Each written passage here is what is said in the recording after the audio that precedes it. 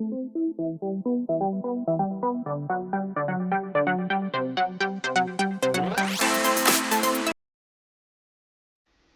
à toutes et à tous et bienvenue de nouveau, ou peut-être pour la première fois, sur la chaîne J'ai rendez-vous avec vous.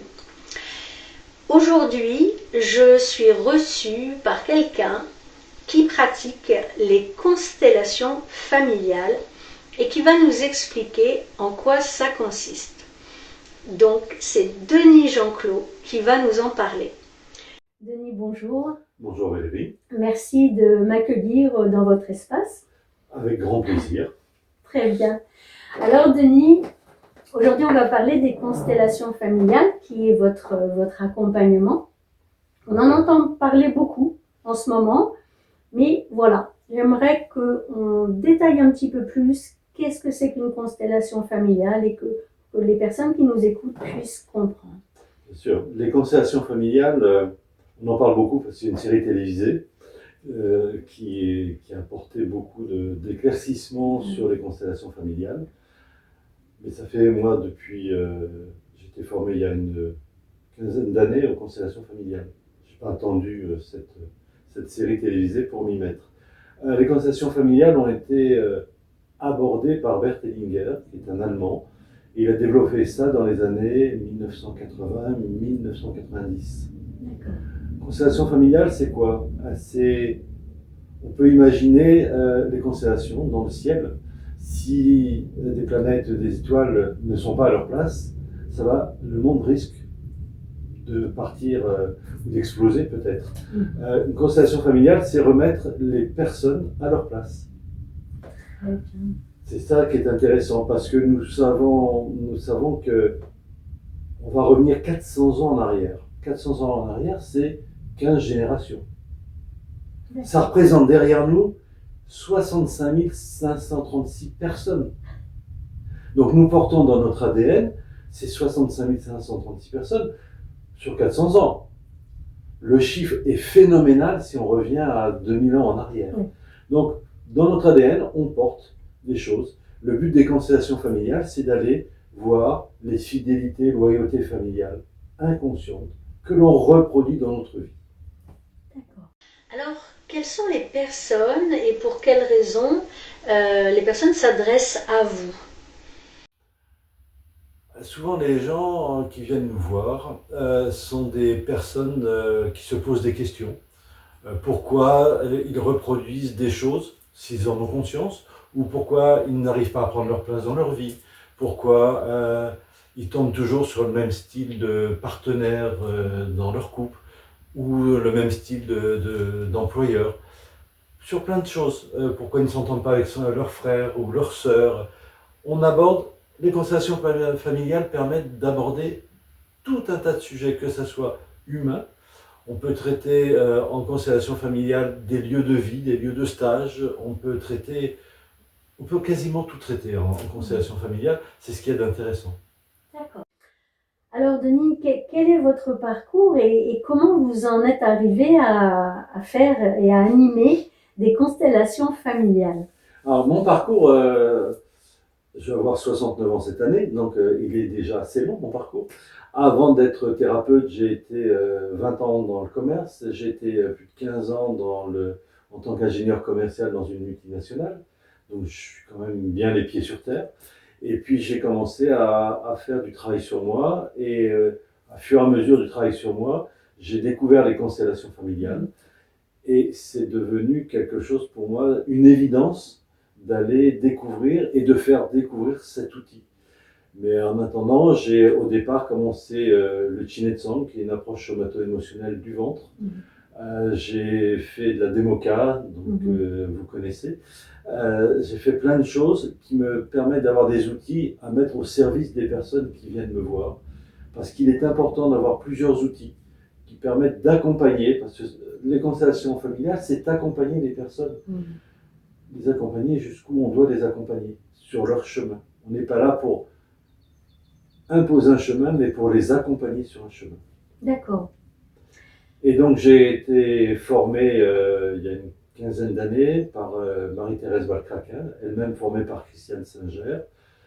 Et j'ai développé ma propre méthode, puisque ce sont des constellations à l'aveugle, dont on parlera un peu plus tout à l'heure. Et je fais des constellations en groupe, en individuel, en cabinet, donc ici, et même en visio. D'accord. Alors, comment ça fonctionne la constellation familiale au niveau de l'inconscient? Comment ça agit, on va dire? Alors, on ne peut pas dire qu'il n'y a rien de scientifique. Il faut être très clair. On ne peut rien prouver. Ce n'est que de l'énergie. Quand on travaille en groupe, quand on est en constellation familiale, on est en cercle. Le cercle, l'intérieur du cercle, s'appelle le champ qui sait. On y croit, on n'y croit pas, mais on est aidé par tout d'entre nous, par nos ancêtres, par nos guides. Moi, je ne suis pas là pour imposer les choses. On y croit, on n'y croit pas. Encore la semaine dernière, quelqu'un m'a écrit j'ai beau être cartésien, mais j'ai été bluffé. C'est le terme qui revient le plus souvent, c'est on est bluffé. Moi-même, et j'en ai quand même pas mal à mon actif, je suis toujours bluffé de voir ce qui se passe. Parce que qu'on le veuille ou non, qu'on y croit ou pas, venez tester parce qu'il se passe beaucoup de choses. Ça se fait. C'est les inconscients de toutes les personnes qui sont présentes, qui, on va dire, dialoguent entre eux pour laisser émerger des choses. Ce sont des inconscients, oui, et puis je répète, on est aidé. Il n'y a pas longtemps, j'ai constellé des personnes, toutes les deux avaient perdu leur père assez jeune, et elles se sont retrouvées dans la constellation de l'autre, jouant le père. Alors que ce sont des constellations à l'aveugle, donc ils ne choisissaient pas le rôle. Donc là-haut, ils nous aident. Je répète, on y croit, on n'y croit pas, mais ça fait partie. Cette énergie qui est là, on rentre dans une constellation et on se laisse porter. Et comme je pratique des constellations à l'aveugle, le cerveau, il ne peut pas interagir. C'est ça. Le mental ne va pas on le laisse à l'extérieur. On laisse venir les choses. Et je reviendrai en parlant de comment se déroule une constellation. Oui. Et effectivement, le fait d'être accompagné, moi qui travaille en psychogénéalogie, bien souvent, on voit bien qu'il se passe quelque chose qui est même au-delà de la méthode, des déprogrammations qui se font et on sent bien qu'il y a un coup de boost. Complètement. Albert Hellinger, lui, il a découvert sa méthode de constellation familiale, est parti quand il était prêtre en Afrique du Sud. Et il a étudié, il a regardé les familles, comment elles se comportaient. Et c'est en étudiant toutes ces familles, le comportement, qu'il a mis cette méthode au point. Au point, d'accord. Alors, en règle générale, les personnes, quand elles viennent, elles ont vraiment un objectif précis ou elles ont envie de venir, peut-être, elles savent qu'il y a des blocages, par exemple, par rapport aux ancêtres, et elles viennent pour voir si vraiment il y a quelque chose et qu'elles peuvent débloquer, ou en général, elles viennent avec un objectif précis. Alors, il y a les deux. C'est-à-dire que dans la façon dont je pratique les constellations familiales, j'envoie un questionnaire de 6-7 pages. Donc c'est assez complet. On peut travailler, et ça m'arrive de le faire sans questionnaire aussi. Mais le questionnaire permet d'aller voir, parce que les prénoms ont une importance, les dates de naissance, les dates de décès sont importants, toutes les histoires qu'il y a derrière que l'on connaît ou que l'on ne connaît pas, parce que je peux avoir aussi des questionnaires où on n'a pas idée de qui est le père, ou sont des personnes qui ont été adoptées. Donc on va, mon rôle de constellateur, c'est d'aller chercher un peu tout ça. La personne va venir éventuellement avec son intention, un blocage, une intention de se réconcilier, etc. Mais dans l'échange que nous allons avoir préalablement avant la constellation, on va discuter, on va échanger, prendre le temps, une demi-heure, 3/4 d'heure au téléphone, prendre le temps, et je vais écouter, et je vais faire des liens qu'elle n'a pas elle-même fait. Parce qu'il est plus facile d'être à l'extérieur et de voir ce qui se passe, que quand on vit les choses, on ne les voit pas forcément. Et on peut partir sur une intention au départ et arriver sur une autre intention. Y compris quand la constellation se fait. Quand une constellation se fait, on peut à un moment donné, dévier de l'intention. Le but, c'est quand même d'y revenir, mais il y a des fois où là-haut, ils ne veulent pas nous aider. Et c'est ça qui est intéressant. Oui, on peut partir de quelque chose, mais en fonction de ce qui va se passer dans la constellation, on va s'adapter, parce que rien n'est écrit. On s'adapte en permanence, on se laisse surprendre en permanence par ce qui se passe. Parce que les personnes qui vont représenter papa ou maman, parce que c'est ce que... Oui, voilà. C'est important, la première constellation, c'est déjà de travailler papa-maman.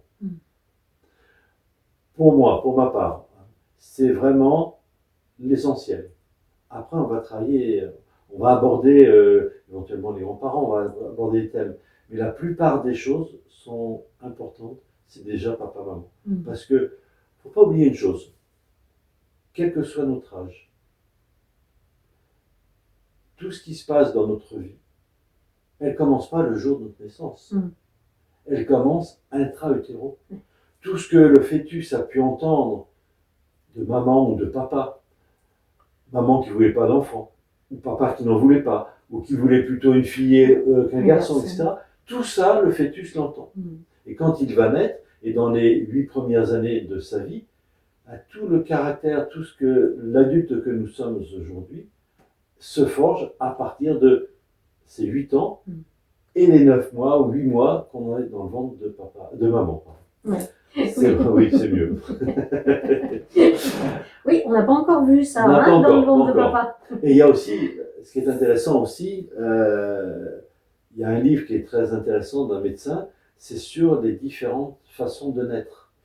Les comportements qu'on a en tant qu'adulte est impacté par la façon si on est avec le cordon autour du cou, si on est né par césarienne, si on est né par le siège, si on est né par forceps, tout ça, il y a des explications.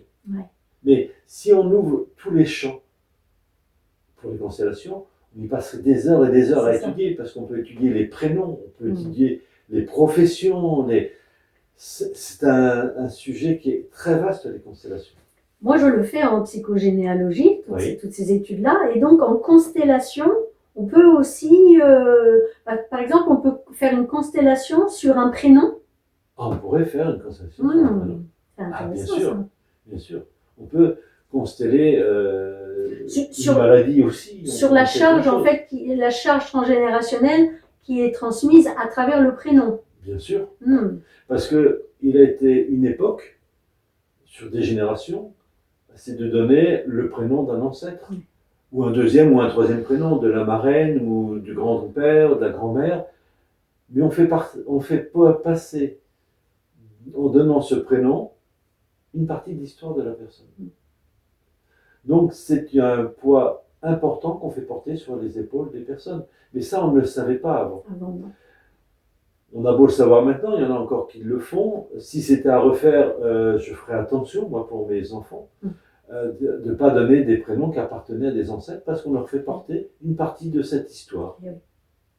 C'est pas à 100%, comme j'aime à dire, ne prenez rien à 100%. Prenez ce qui vous parle. Laissez réagir vos cellules. Parce qu'il y a des choses qui peuvent être vraies, d'autres que vous ne comprenez pas et qui ne vous appartiennent pas. Ce ne sont que des propositions. Pour moi, il est important de travailler qu'en proposition et de ne pas affirmer les choses. C'est très important. Pour moi, l'accompagnement en constellation, mais même en thérapie, puisque je fais de l'accompagnement psychocorporel, c'est de proposer des choses et de ne pas imposer sa propre idée. Parce que si on impose sa propre idée, on n'est pas neutre. Et on impose à la limite sa propre histoire. J'allais dire, il risque d'y avoir le transfert, surtout si on n'a pas assez travaillé sur soi. Donc il faut être très précautionneux de ce que l'on dit et toujours faire des, entre guillemets, mettre entre guillemets, parce que on ne détient pas la vérité. Oui, ce sont des possibilités. Ce sont des possibilités, exactement. J'y tiens beaucoup à le dire et je répète régulièrement en constellation. Ne prenez pas tout pour argent comptant. C'est ça. Oui, parce que il y a ce qui est transmis, il y a des fausses croyances, il y a le ressenti de chacun, comment chaque événement a été vécu. Donc ça fait vraiment beaucoup de possibilités. Si on donne une ligne directrice comme ça, la personne peut ne pas être du tout sur cette ligne-là. Et puis on va l'influencer, et l'influencer, c'est ce qu'il y a de plus mauvais. Donc c'est la difficulté de prendre sa place en tant que constellateur ou facilitateur, c'est justement de garder un certain recul tout en accompagnant la personne. De ne pas être dans le vouloir. C'est pas être dans le vouloir, il faut rester dans l'être. Alors Denis, vous parliez d'approche psychocorporelle. Pour faire les constellations familiales, est-ce que c'est important d'avoir quand même pour être facilitateur, est-ce que c'est quand même important d'avoir des notions de psychologie selon ce qui va émerger pour la personne, pour pouvoir l'accompagner, ou pas spécialement? Pour moi, c'est indispensable. Indispensable parce qu'on parle d'accompagnement. Moi, je ne parle pas de client, je parle de thérapeuter. C'est le terme que j'emploie parce que les personnes qui viennent nous voir, j'aime pas ce terme de client, ce ne sont pas des patients parce que nous ne sommes pas médecins. C'est de l'accompagnement. L'accompagnement, dans ma formation, j'ai été formé pour accompagner. Quand il peut avoir des décharges émotionnelles pendant des constellations, il peut avoir des cris, des pleurs, où la personne se renferme. Donc, il est important de pouvoir accompagner la personne. Parce qu'on ne peut pas laisser partir une personne comment dirais-je, trop perturbée. Parce que si elle est trop perturbée, elle va perdre le bénéfice de sa constellation. Donc, à un moment donné, s'il y a besoin, on se pose et on en discute. Et j'ai inventé un terme, les constellations, j'appelle ça, après les constellations, j'appelle ça le SAC, le service après constellation. Pourquoi? Parce qu'il est important qu'on soit constellé où les personnes représentantes vont être impactées par la journée qui s'est passée. Parce que quand on est représentant, on travaille sur soi en même temps, puisque les constellations, c'est un travail sur soi. Quand on vient se mettre au service de la personne qui est constellée, il y a un télescopage des histoires de l'un ou de l'autre. Et donc, on ne part pas indemne, on en part grandi ou avec des éclaircissements de sa propre histoire. Et là, c'est important. Et donc, je me tiens à la disposition des personnes, après les constellations, de nous appeler, d'appeler Anna, qui co-anime avec moi des constellations à thème, parce que c'est important que les personnes puissent compter sur quelqu'un s'il y a quelque chose qui se passe, que la personne ne digère pas. Parce que pour moi, c'est de la digestion émotionnelle, et c'est important. Comme quand je travaille le ventre, par le Chinetsang, j'appelle ça le SAV, le service après-ventre. C'est important de pouvoir accompagner la personne après, parce que il y a des choses qui vont se passer pendant la constellation, mais qui peuvent se passer aussi des jours suivants. Parce que c'est pour ça que je dis que pendant 1 mois et demi, il ne faut pas parler de sa constellation. Il faut laisser mûrir tout ça. Ce n'est pas d'un claquement de doigts que les choses se font. Il faut laisser le temps au temps, le temps de digérer toutes ces informations. Et faire confiance à plus grand que nous, qui fait le travail. Oui. J'en parle aussi aux personnes que je reçois, de dire gardez vos séances pour vous, parce que si vous les racontez, vous ne les laissez pas infuser le temps nécessaire, sans compter que les autres personnes peuvent faire des retours qui vont venir télescoper. Alors moi j'ai une image. Je dis, imaginez que vous faites une soupe. Vous la faites avec votre goût, vous mettez les épices que vous voulez. Si les autres personnes vous mettent leurs ingrédients dans la soupe elle sera toujours bonne. Mais c'est plus la saveur. Mais ça ne sera plus votre saveur. Donc, gardez votre soupe, gardez ça pour vous.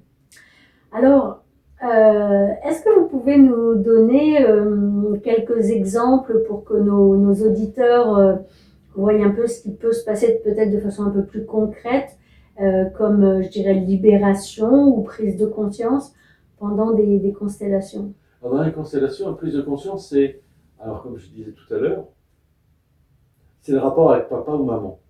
L'influence que peuvent avoir nos parents. On peut avoir un père qui est absent, c'est la mère qui va plus diriger la famille. Donc, c'est de remettre les personnes à leur place. Le but des constellations, c'est de remettre les personnes à leur place.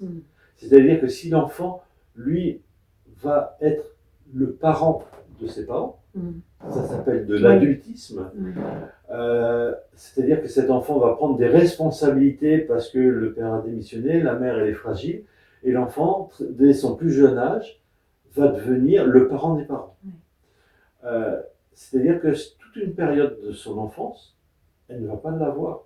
Elle n'aura pas l'insouciance. Donc c'est rétablir l'ordre, c'est-à-dire remettre papa à sa place, maman à sa place, et l'enfant à sa place.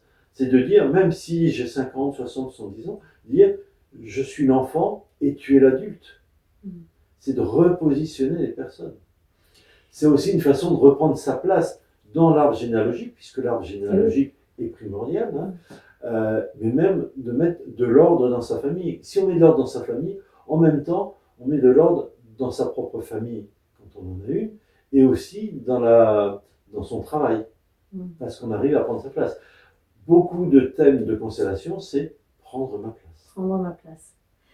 Et donc, pendant la séance, est-ce que vous pouvez expliquer comment se déroule la séance? Est-ce que la personne qui est constellée parle? Est-ce qu'elle interagit avec les représentants? Comment ça se passe? Comme j'ai dit tout à l'heure, j'anime des constellations à l'aveugle. On est peu nombreux à le faire. On en a de plus en plus puisque j'ai lancé une transmission expérientielle là-dessus. C'est-à-dire que dans des constellations classiques, la personne qui est constellée va choisir des représentants. Elle va demander à telle personne, est-ce que tu veux jouer mon rôle? Est-ce que tu veux jouer le rôle de papa? Est-ce que tu veux jouer le rôle de maman? Avec moi, c'est différent. On va avoir une liste préétablie avec la personne que je vais consteller.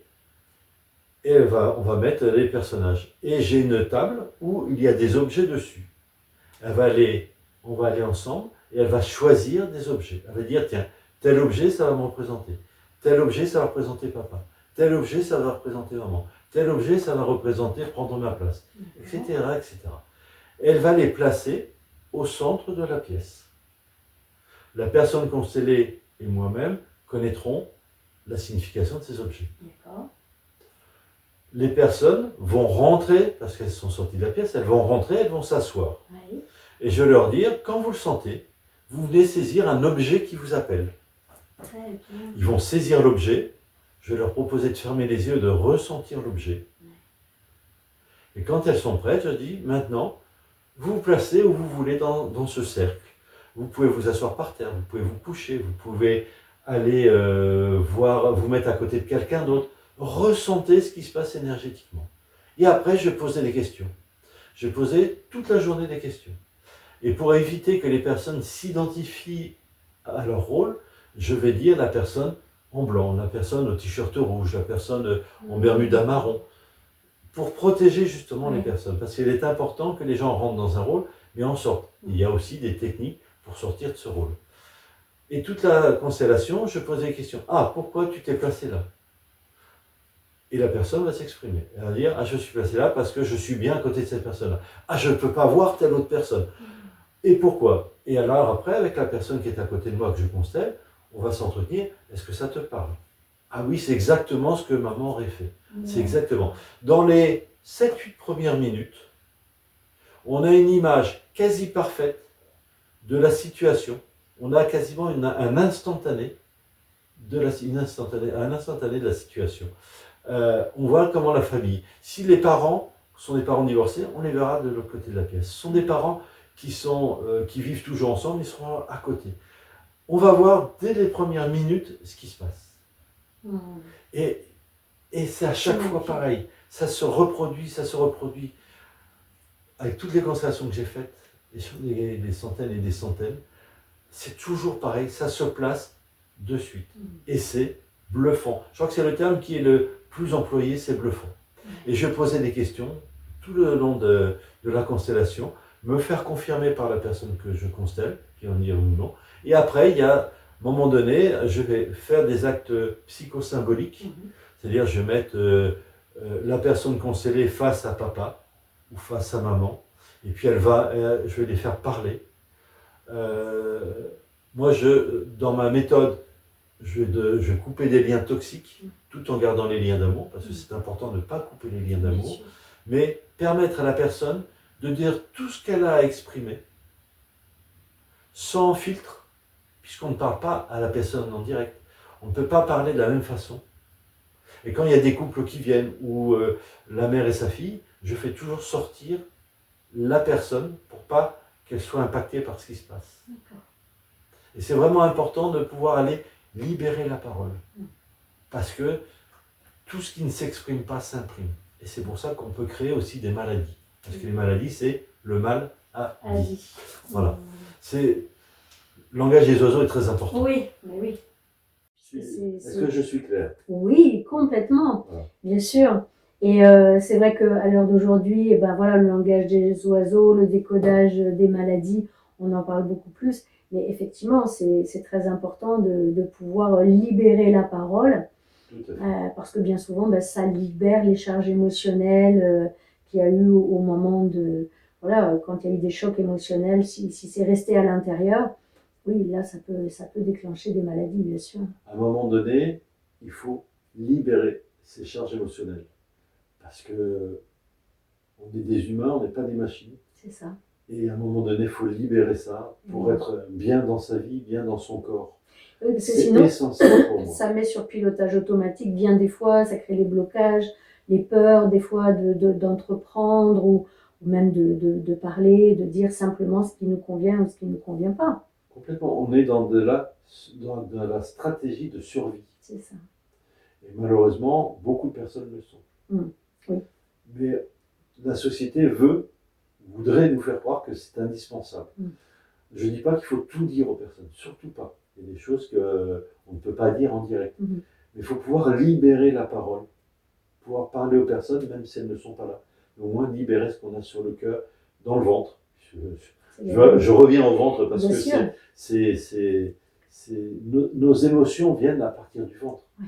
Le cerveau est relié au ventre en permanence. Il y a un discours permanent. Et c'est le ventre qui envoie les informations au cerveau. Et ça a été là prouvé scientifiquement par la médecine. Ce n'est pas le cerveau qui envoie les informations, c'est le ventre qui envoie les informations au cerveau. Donc c'est important d'aller libérer tout ça. Dans la joie. Dans la joie. Voilà, c'est important. Et même si c'est dans les larmes, c'est libérateur aussi. Ah, complètement. Bien sûr. On pleure beaucoup dans les constellations. J'ai beaucoup de boîtes de mouchoirs. Beaucoup. Mais il y a beaucoup de rire. Et à la fin, il y a... Alors, j'aime à dire aussi, c'est que au départ, le matin, les gens... J'ai des groupes entre 8 et 18 personnes. En moyenne, on tourne à 12 personnes environ.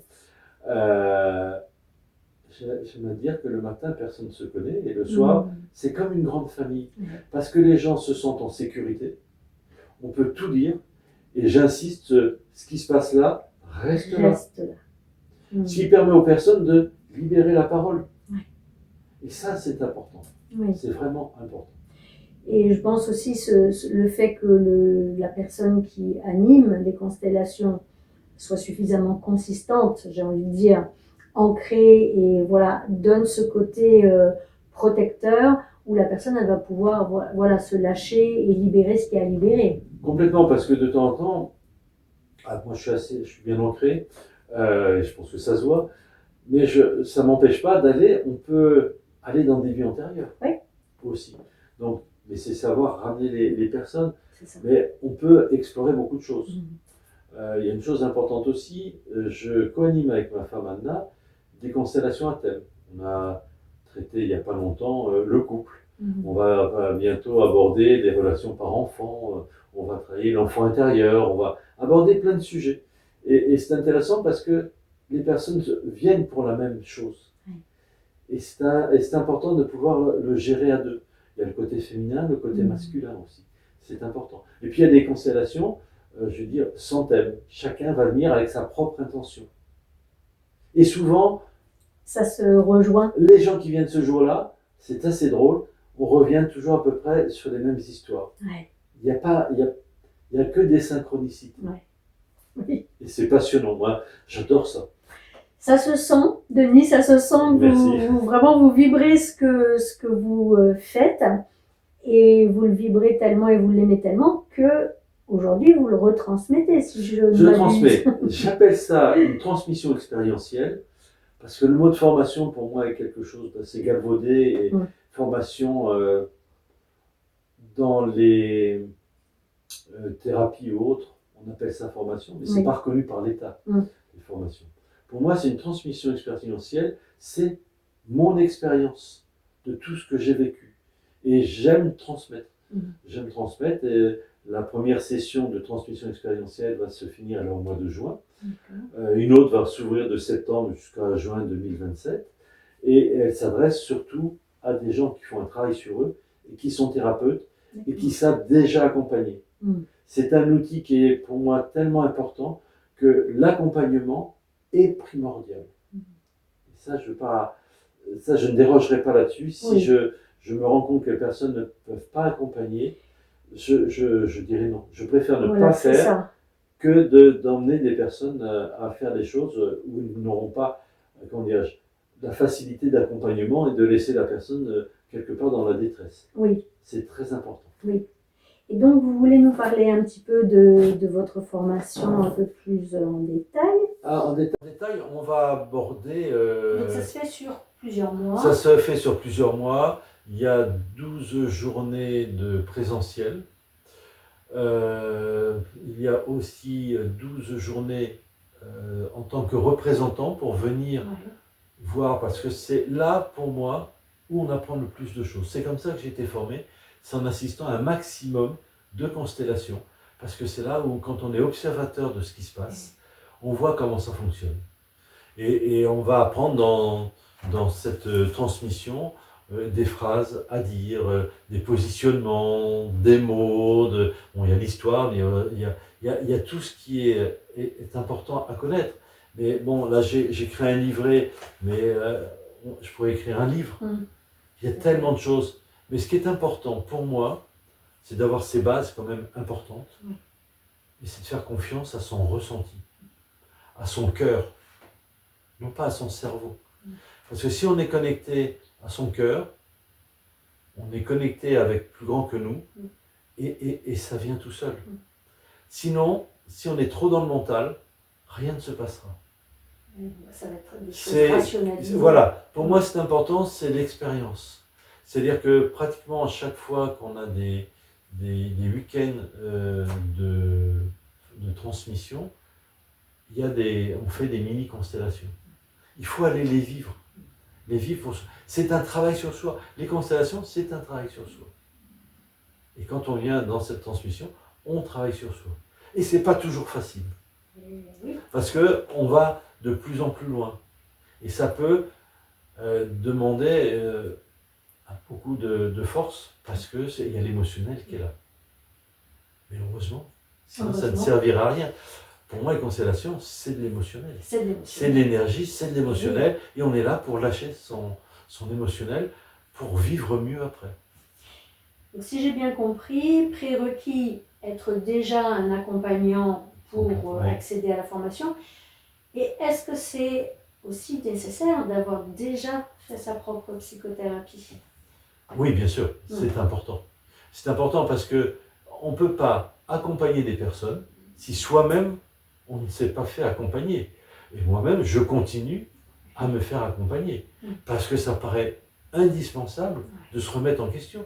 Mais même les constellations, je me remets en question à chaque constellation. Et j'essaye pas à chaque fois, parce que c'est pas possible, mais de trouver d'autres idées, de me remettre en cause. Parce que les informations viennent. Et quand on est accompagnant, quand on est thérapeute, et je pense que vous ne me contredirez pas, les personnes viennent nous donner des messages aussi à nous-mêmes. C'est-à-dire qu'il faut être attentif à ce qui se dit, parce qu'on perçoit des messages pour nous-mêmes à ce moment-là. Et c'est important d'être vigilant sur ce que les personnes nous amènent aussi. Merci à elle. Et merci à elle, et de se réadapter aussi différemment pour chacune, selon chacune et chacun, la sensibilité, voilà. C'est un travail d'adaptation continuelle, en fait, d'être accompagnant. Accompagnant, bien sûr, être accompagnant, oui, parce qu'on ne peut pas réagir de la même façon avec chaque personne. Chacun a sa sensibilité, son émotionnel. Il y a des fois, je vais, quelque part, entre guillemets, pousser la personne dans ses retranchements, parce que je sais que il faut aller, et c'est juste. Et puis il y a d'autres personnes, je n'irai pas parce que ça sera trop dur pour elle cette fois-ci. Je le ferai une prochaine fois. Ou alors je vais lui proposer une constellation individuelle où je vais pouvoir aller plus loin avec elle. Parce que la différence entre les constellations individuelles et en groupe, parce que c'est une question qu'on me pose beaucoup. Oui. En individuel, c'est la personne qui va avoir ses propres ressentis, qui va pouvoir les exprimer, je vais la questionner. Quand on est en groupe, la personne est assise à côté de moi et elle va voir les scènes, le tableau qui se joue et ce qui se dit. Donc, autant dans l'un, on est actif, que dans l'autre, on est passif. On est à l'écoute, on réceptionne les messages. Et c'est important. Et les deux sont intéressants. Moi, j'ai des personnes qui commencent soit en groupe et qui viennent en individuel, ou l'inverse, qui viennent en individuel et qui viennent en groupe. Et d'autres qui viennent en tant que représentants parce qu'ils ont un peu peur de venir, d'oser se mettre à nu devant les autres. Moi, j'ai des personnes qui viennent aussi se faire conseiller en disant « Je veux pas que les personnes connaissent mon histoire ». Ça, je peux le faire.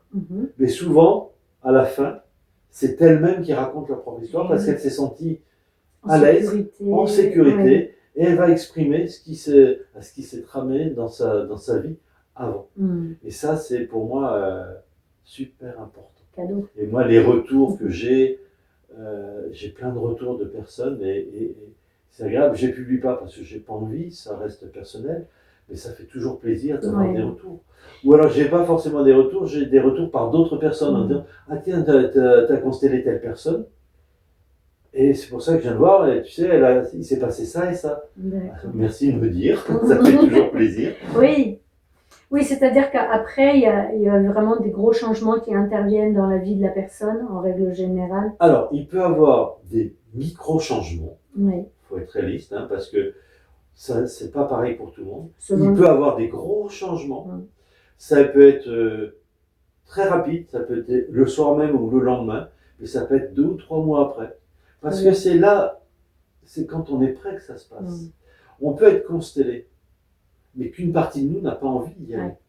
Et on le constate dans le choix des objets.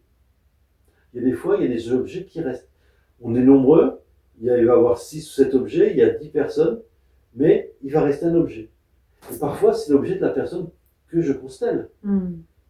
Et personne ne veut prendre cet objet. Ce qui veut dire qu'une partie d'elle n'a pas envie d'être complètement prête. Oui, et c'est dans l'inconscient. Donc on peut déjà tirer des leçons de ce qui se fait. Donc ça risque d'être un peu plus long, le travail qui va se faire. Mais les retours se font. Faut laisser faire. C'est important que les personnes se posent. Et je dis aussi, pas de décision hâtive après des constellations. Mais je dirais même après chaque thérapie, parce qu'on est dans des états modifiés de conscience. Et quand on est état modifié de conscience, on peut prendre des décisions qu'on regrettera après. Donc, laissez le temps au temps. Que ça infuse, que ça se repose et que toutes les modifications, c'est comme si on prend les pièces d'un puzzle, on en enlève et puis ça doit se remettre. Exactement, ce que j'allais prendre comme image. Merci Valérie. C'est exactement ça. Alors Denis, merci beaucoup pour toutes ces explications. Est-ce que vous avez envie d'ajouter quelque chose pour nos auditeurs qui vous semblerait important ou pour leur, je sais pas, les inciter à... Important, non. Venez expérimenter. Déjà, renseignez-vous auprès de moi ou d'autres constellateurs. Il y a pléthore de constellateurs maintenant. On n'est pas bon pour tout le monde. Voilà, comme tout thérapeute. Venez expérimenter déjà en tant que représentant. Parce que comme représentant, vous verrez comment ça fonctionne. Comment vous pouvez vous laisser surprendre par ce qui se passe. Les messages que vous allez prendre pour vous. Et quand il y a des actes psychosymboliques, prenez-les pour vous, parce que c'est important. Quand on va parler, je vais faire parler la personne à papa, à maman, à son mari ou à son enfant, vous pouvez le faire intérieurement pendant ce temps-là. C'est important de pouvoir bénéficier, parce que vous ne venez pas par hasard à ces constellations. C'est ça. Et c'est pas de la magie, les constellations. Ce sont des âmes qui agissent. Pour moi, c'est important. Voilà, ce serait le mot de conclusion pour aujourd'hui. Alors, encore un petit mot. Votre prochaine formation, pour ceux que ça intéresserait, Elle démarrera, vous avez dit? En septembre 2026 En jusqu'au septembre. mois de juin 2027. D'accord, Vous très pouvez bien. me contacter. Je pense que vous allez mettre Oui, les coordonnées. coordonnées. Alors je tutoie facilement parce qu'en constellation, je tutoie tout le monde. Voilà, excusez-moi Valérie. il n'y a pas de souci. Voilà. Très bien. Denis, merci beaucoup. Avec Alors, en ce qui nous concerne, on va se retrouver très bientôt pour une autre interview. Et à la fin de cette interview, vous allez retrouver les coordonnées de Denis. Vous pourrez donc soit sous la vidéo, soit l'appeler pour lui poser plus de questions ou avoir plus d'informations. En attendant, prenez soin de vous.